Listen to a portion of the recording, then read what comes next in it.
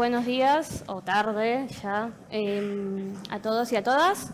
En este momento vamos a abordar muy introductoriamente lo que es el derecho interno e internacional sobre la gestión de los residuos peligrosos, en particular la Ley 24051 y el Convenio de Basilea. En primer lugar, hay que acordarse que la estructura normativa de Argentina vamos a tomar lo que es la pirámide de Kelsen, en donde justamente en la punta va a estar la Constitución Nacional, que en su artículo 31 menciona explícitamente que es la ley suprema ante todas las leyes. Pero con el artículo 75, inciso 22, los tratados internacionales sobre derechos humanos tienen igual jerarquía que la Constitución Nacional. Hay mucha teoría sobre respecto de esto, si está en igual o un poquito más abajo, pero en la misma cúspide. La realidad es que están en la misma sintonía.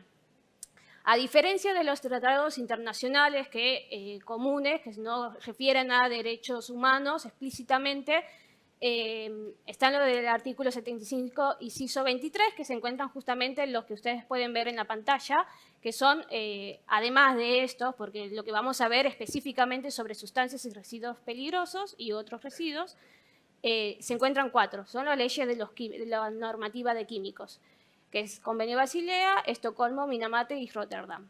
Los derechos humanos es un tipo de derecho y lo de derecho ambiental es otro tipo de derecho.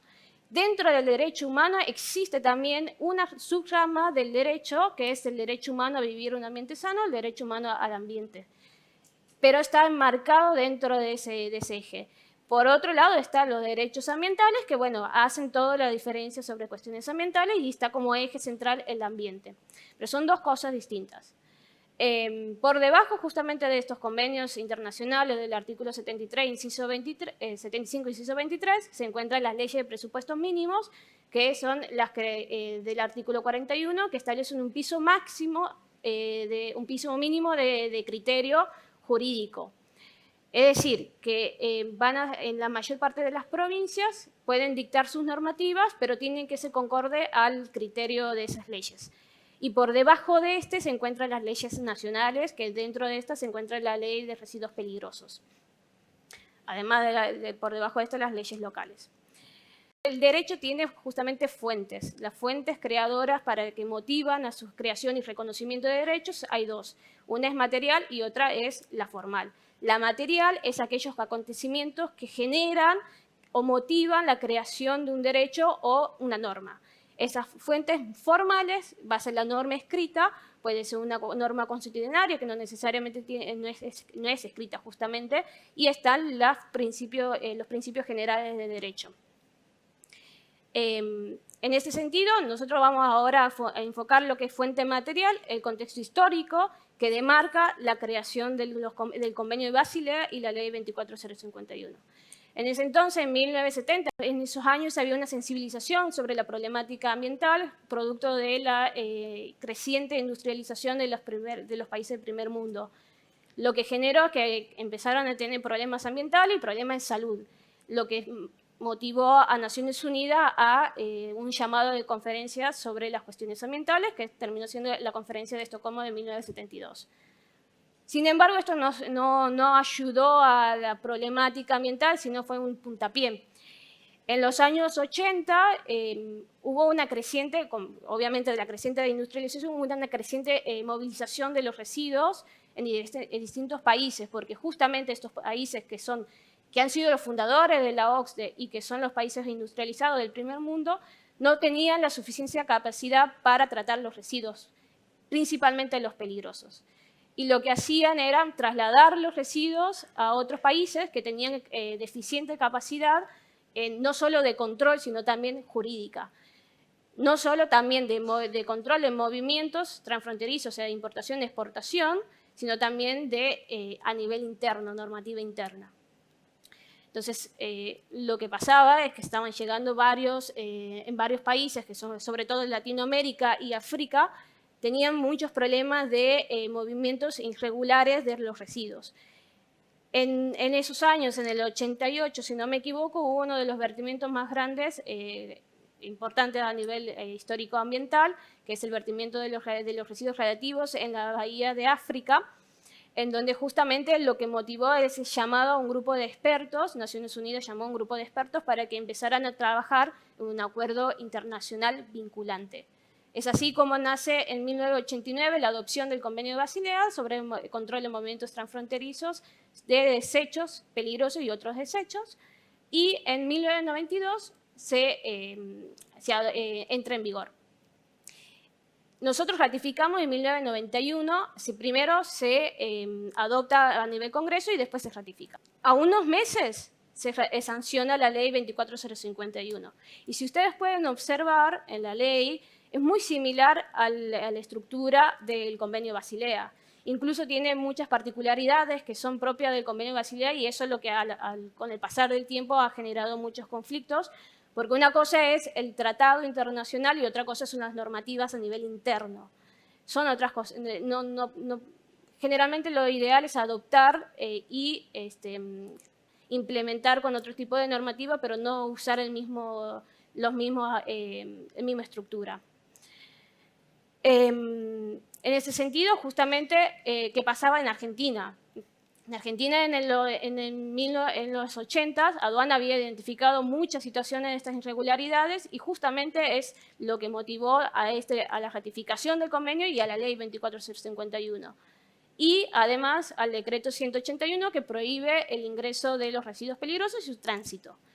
Y ahí es justamente ese contexto el que le va a dar esta necesidad de protección ambiental, esa necesidad de empezar a tomar medidas más restrictivas. Y es por eso que la ley 24051 es una norma rígida y muy prohibitiva y tiene muchas restricciones y control en cada parte de la gestión. Suele ser normal cuando justamente siempre dicen que el derecho viene de posterior a los hechos, es que justamente tiene que ver por estas cuestiones, que han llegado a una tal situación que necesariamente necesitas tomar medidas y en este caso fue a la prohibición. La ley 24051 justamente lo que regula son la gestión integral de los residuos peligrosos a nivel interno, nacional. Una de las particularidades que tiene esta normativa es que excluye otro tipo de residuos, que son los domiciliarios, los generadores en los buques, entre otros. Y por otro lado, solamente es una ley de aplicación específica. Es decir, en esa época que es anterior a la del 94, no es una ley de presupuestos mínimos, es una ley de adhesión, justamente tiene esa particularidad de ese momento de las leyes. Se aplica por excepción. Ese es el principio. La ley solamente aplica para los 4 supuestos que están viendo en la pantalla, que es por movimiento, porque se genera en una provincia una jurisdicción nacional y tienen que moverse a otro lado, por una cuestión de competencia comercial, yo podría considerar también por intereses a nivel nacional, que eso en realidad nace por la 25675. Pero justamente es ahí el puntapié principal y la deficiencia que tiene esta normativa, que es el poder de policía. Al no tener la posibilidad de un mayor rango de poder de policía de jurisdicción, queda acotado a esos 4 supuestos. ¿Qué pasa? La ley 25675 cambia esta mirada de lo que es el derecho ambiental y empieza a tener distinta mirada y es lo que se conoce como la responsabilidad subsidiaria.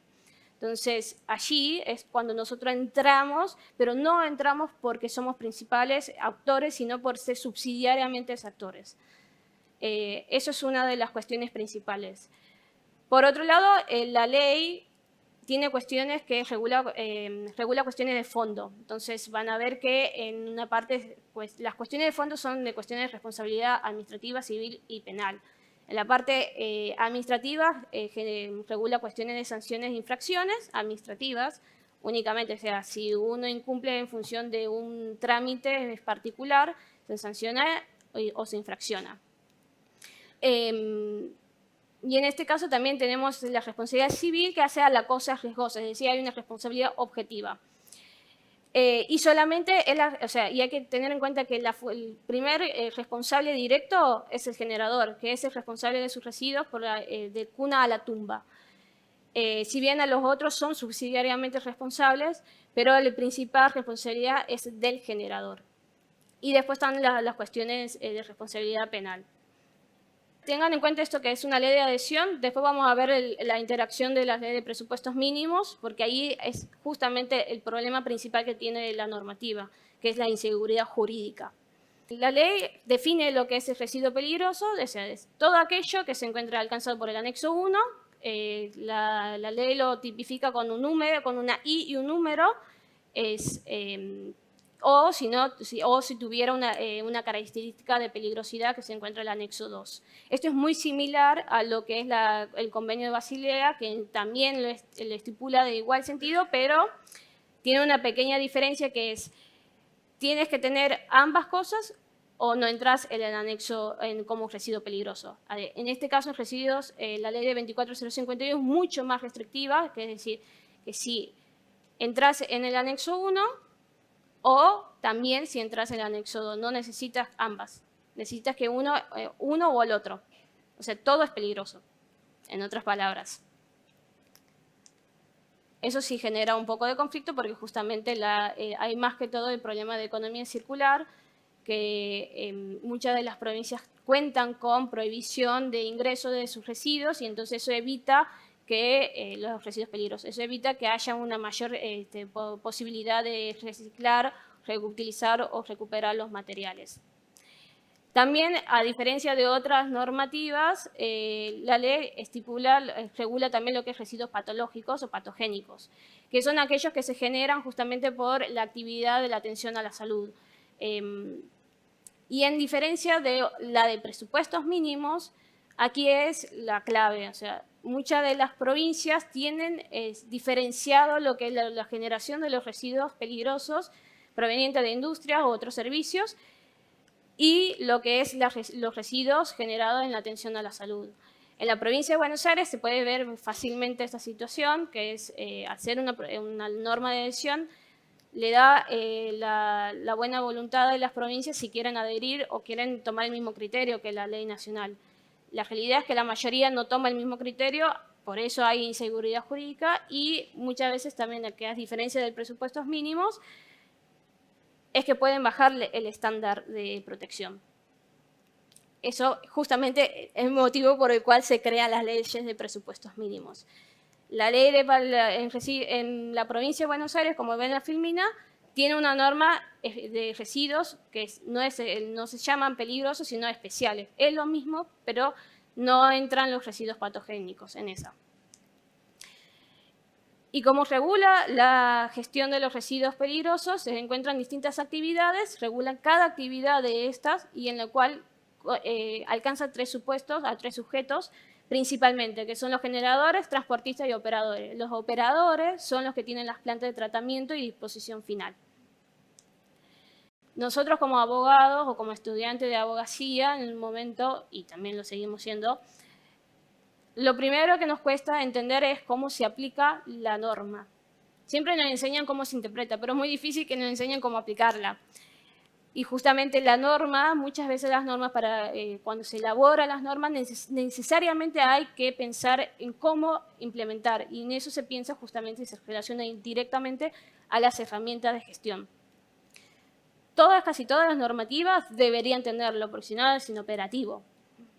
Y justamente la ley 24051 tiene algunas que las que se observan en la presente filmina, que es el registro nacional, que ahí se han olvidado de poner el nombre transportista, pero también es generador, transportista y operadores. Está el certificado ambiental anual, se renueva cada año, y acredita la aprobación de la gestión en total. El manifiesto, los libros de operaciones, los libros de accidentes y la tasa ambiental. Con respecto a los manifiestos lo que es un pasaporte del residuo peligroso, donde se identifica el tipo de residuo, la cantidad, de dónde proviene, a dónde va, quién lo lleva, está todo. Entonces, ese instrumento es uno de los principales para la trazabilidad del residuo, igual que los libros de operaciones. Por eso que desde la coordinación y la dirección se hace mucho hincapié en tema de los manifiestos y los libros de operaciones, porque cada registro, cada movimiento que se hace del residuo tiene que estar muy bien definido y muy bien detallado. El tributo ambiental es distinto al tradicional. No busca la recaudación, busca justamente el tratar de que la conducta, que es perjudicial, que tiene determinado impacto al ambiente, se trata de concientizar y que no se genere mayor actitud negativa con respecto a lo que está haciendo su actividad. O busca también encuadrar un valor a lo que es el costo sobre su actividad. La tasa ambiental anual viene a hacer eso.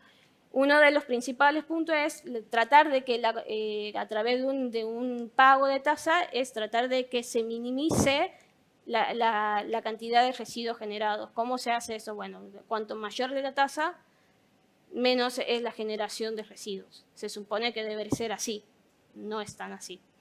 Después está otro importante punto que tiene la ley, que es a través de las sanciones administrativas que llevan multas. Esto también es otro tipo de tributo ambiental, que es pagar por el daño que se hizo, pagar por la responsabilidad con respecto a los impactos negativos. En los años hubo diferentes cantidades de normativas respecto a los residuos en general. En particular, sobre residuos peligrosos, se trató de derogar lo que es la 24051 del año 2002 a través de la Ley de Presupuestos Mínimos sobre la gestión de los residuos industriales y otras actividades. En el CONFEMA fueron muy estrictos y muy puntuales, y creo que tienen razón, para mí es uno de los principales puntos, es que una normativa para ser aplicable tiene que pensarse en las cuestiones de la factibilidad de su operatividad. Si uno genera una normativa que tiene muy buenos estándares, muy altos, pero la realidad te supera, entonces, ¿cómo puedes implementar algo que la factibilidad en la práctica no lo vas a poder hacer nunca? Entonces, lo que pasó con la ley 25612 fue eso. Eran unos estándares muy altos, muy difícil de aplicar uniformemente a nivel nacional, que eso es a diferencia de las leyes anteriores a la reforma de la Constitución del 94, las leyes de presupuestos mínimos se aplican a todos por igual. Ese va a ser el base mínimo, y eso hace que sea más conflictivo. Entonces, cuando uno quiere regular las cuestiones ambientales, siempre tiene que ver si todos pueden llegar a ese estándar. Y de este estándar, poder ir a cada provincia ir sumando su protección. Si no se puede, lamentablemente, lo que pasó es la inoperatividad. El artículo 60 de esta normativa, que derogaba la ley, fue derogado, o sea, dejar sin efecto ese artículo a través de ese decreto 1343. Y ahora vamos a la parte más interesante. Siempre me ha llamado la atención de cómo aplicaban las normativas con respecto a lo que es la 24051 y con lo que es el convenio de Basilea. Son dos cosas distintas. Si bien ambos regulan la temática de residuos, una cosa es la gestión interna y otra cosa es la gestión a nivel internacional o movimientos transfronterizos. Son normativas específicas. La normativa del Convenio de Basilea refiere a los movimientos entre estados, no a nivel interno. Si no, sería se está tomando incumbencia a cuestiones nacionales, y eso no puede pasar. Y para llegar a tener para que esto sea vinculante para el Estado, tiene que pasar por un proceso de acuerdo, de conformidad. Si negocia primero el texto, se adopta el texto, esto en un grupo de expertos a nivel internacional. Todo esto, las negociaciones, la adopción y la autenticación, es decir, este es el texto que se va a firmar, todo lo hace la Cancillería. Si bien tiene acompañamiento con técnicos, puede ser, en este caso, las cuestiones ambientales son el Ministerio de Ambiente el que pone la parte técnica. puede haber otros organismos, pero en general las cuestiones ambientales, la parte técnica lo pone el ministerio. Solamente pasa por ese órgano, por la Cancillería. Pasado eso, teniendo ya un texto definido, la ley, que ahí hay una cuestión importante, el sistema es monista. El sistema de Argentina se ratifica y automáticamente entra dentro de nuestro organismo en ordenamiento jurídico interno. Es decir, que no requiere una posterior normativa para que entre en vigencia. Pero la Constitución establece un requisito más al procedimiento de buena y debida forma para la conformación de los tratados internacionales. Ese requisito más es que el Poder Legislativo lo apruebe el texto. Si el Poder Legislativo no aprueba el texto, no puede llevarse la ratificación.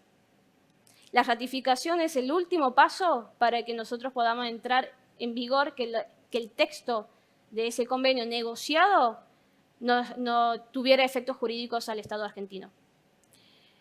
Por eso que es importante esa partecita, porque la única forma, lo que nos diferencia y que hubo interpretación bastante diferentes en la Corte, nuestra Corte Suprema, porque consideraban que al tener este requisito extra de aprobación mediante ley del Poder Legislativo, hace que seamos un sistema dualista, y la realidad es que no.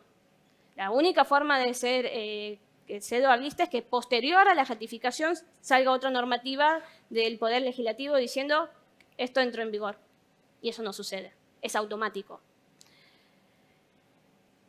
Entonces, una vez ratificado, empiezan las obligaciones de dar cumplimiento a cada artículo, de cada inciso del convenio. El convenio, como ya he dicho, regula los movimientos transfronterizos. Esos son las exportaciones de residuos peligrosos y otros residuos, importaciones de residuos no peligrosos. ¿Y por qué aquí saqué la importación de residuos peligrosos? Porque justamente lo tenemos prohibido y reafirmado en la Constitución del 94. Y el tránsito de residuos no peligrosos, porque tampoco se permite el tránsito de residuos peligrosos. El objetivo es el estándar de manejo ambientalmente racional, que es un criterio. Hay muchas guías técnicas sobre estas cuestiones de cómo manejar los residuos en general.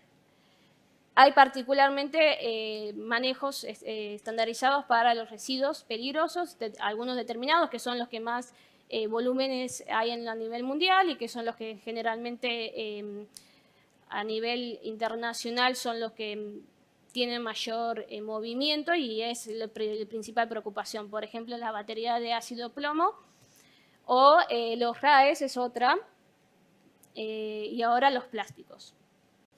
Y después tenemos las definiciones. Ustedes ahí ven que, a diferencia de la ley de 24051, el convenio sí define lo que es desechos, que es residuo. O sea, tomémoslo como similar. Ahí menciona que solamente aquel que procede, pretende proceder y que está obligado a proceder a su disposición.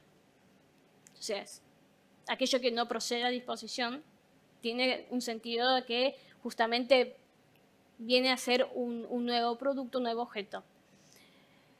Pero hasta ahí. Porque, vuelvo a comentarles, el contexto material, histórico, es justamente que tenía el principal motivo era controlar la sustancia peligrosa, que si bien es un desecho, puede llegar a su disposición final a un relleno de seguridad, también puede ir a un tratamiento de valorización. Y es justamente lo que intenta regular es evitar que se maneje mal una sustancia que puede ser peligrosa. Llamada residuo, objeto, material, como quieran que lo llamen. Pero es la principal función que tiene la normativa esta.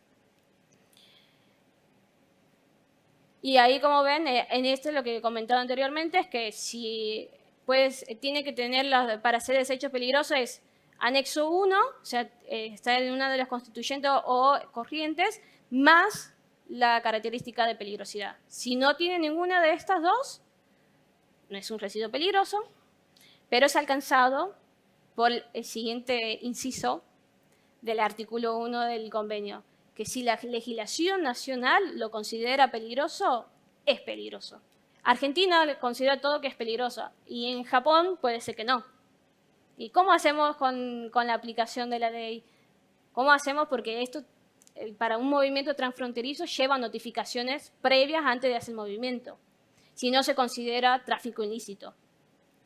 Entonces, tienen que la Secretaría del Convenio lo que hace es juntar la información anualmente, juntar la información de qué países consideran que sus residuos son peligrosos o cómo están clasificados. Entonces, lo dispone en una parte del convenio, en la parte de la página web, donde justamente tiene un listado donde dice, bueno, este país tiene el fin de condición, este país no, este país considera que, por ejemplo, los RAEs sean peligrosos, este no, y así es como uno cuando quiere hacer un movimiento transfronterizo tiene que revisar justamente ese listado. Lo que nosotros ya sabemos que muchos de los países tienen prohibitivo, la mayor parte de los países tienen estas cuestiones del contexto histórico, se prohíbe el ingreso de los residuos y en la mayor parte que ya han superado esta situación permiten para determinadas cuestiones, para determinados usos, generalmente para la revalorización de estos materiales. Ven ahí, está el anexo, su listado, el anexo 2, que son otros desechos que no están alcanzados como residuos peligrosos, el anexo 3, listado de características, y lo más importante es que las operaciones de eliminación, que conducen a la recuperación de estos materiales y aquellos que no. Todas las D, eso tiene algo interesante del convenio, que también lo toma la ley 24, es que tiene una codificación. Todas las D son disposición final y todas las R es recuperación, reciclaje o reutilización. Entonces, las R van a indicar que se puede ir a un proceso de valorización y las T no. Entonces, ahí muere el residuo. En Argentina, para que entiendan cómo es el movimiento, está en la instancia nacional, se caracteriza el residuo, a la instancia nacional se dice si es peligroso o no, el generador es quien va a exportar y hay operadores exportadores. Después está la instancia internacional, que cuando se abre el expediente de la exportación, quiero exportar PCB, que es por ejemplo esa imagen que ustedes ven ahí, es un residuo peligroso, se solicita los contratos, el operador exportador tiene que presentar los contratos con la empresa que se encuentra en el extranjero. Si no lo presenta, no puede hacer movimiento transfronterizo, se considera tráfico ilícito, tiene que presentar toda la documentación, tiene que llenar todo ese formulario sobre de qué es lo que se va a enviar, a dónde, a qué paso, a qué punto de distintos países va a transitar, todo. Y para eso tiene que llevar un consentimiento fundamentado previo. El objetivo general es minimizar los residuos, minimizar esos movimientos transfronterizos, reducir al mínimo los desechos, manejo ambientalmente racional, que son los criterios estandarizados a nivel internacional. Hay muchas guías. Por suerte, Argentina tuvo la oportunidad de liderar con Canadá la guía de residuos, perdón, la guía de desecho de los rellenos de seguridad este año y fue aprobado por unanimidad en la última COP. También fue el fundador de las guías y presidió en su momento las guías de incineración de 10 y también lideró la revisión de anexos respecto a los RAEs. Lo principal de esto es que a diferencia de otros convenios que no lo van a ver son el tipo de sanciones. Establece una responsabilidad respecto al tráfico ilícito. Deja a cada estado de cómo implementar esto, porque hay normativas que tienen artículos operativos y otros programáticos. Este es justamente el artículo 11 artículo 9 sobre tráfico ilícito, refiere a los programáticos. Se requiere hacer una normativa para poder sancionar o implementar determinadas sanciones, o pueden utilizarse algunas sanciones análogas de acuerdo a la interpretación de distintas guías que tiene el convenio, análogas sobre sanciones respecto a los tráficos ilícitos.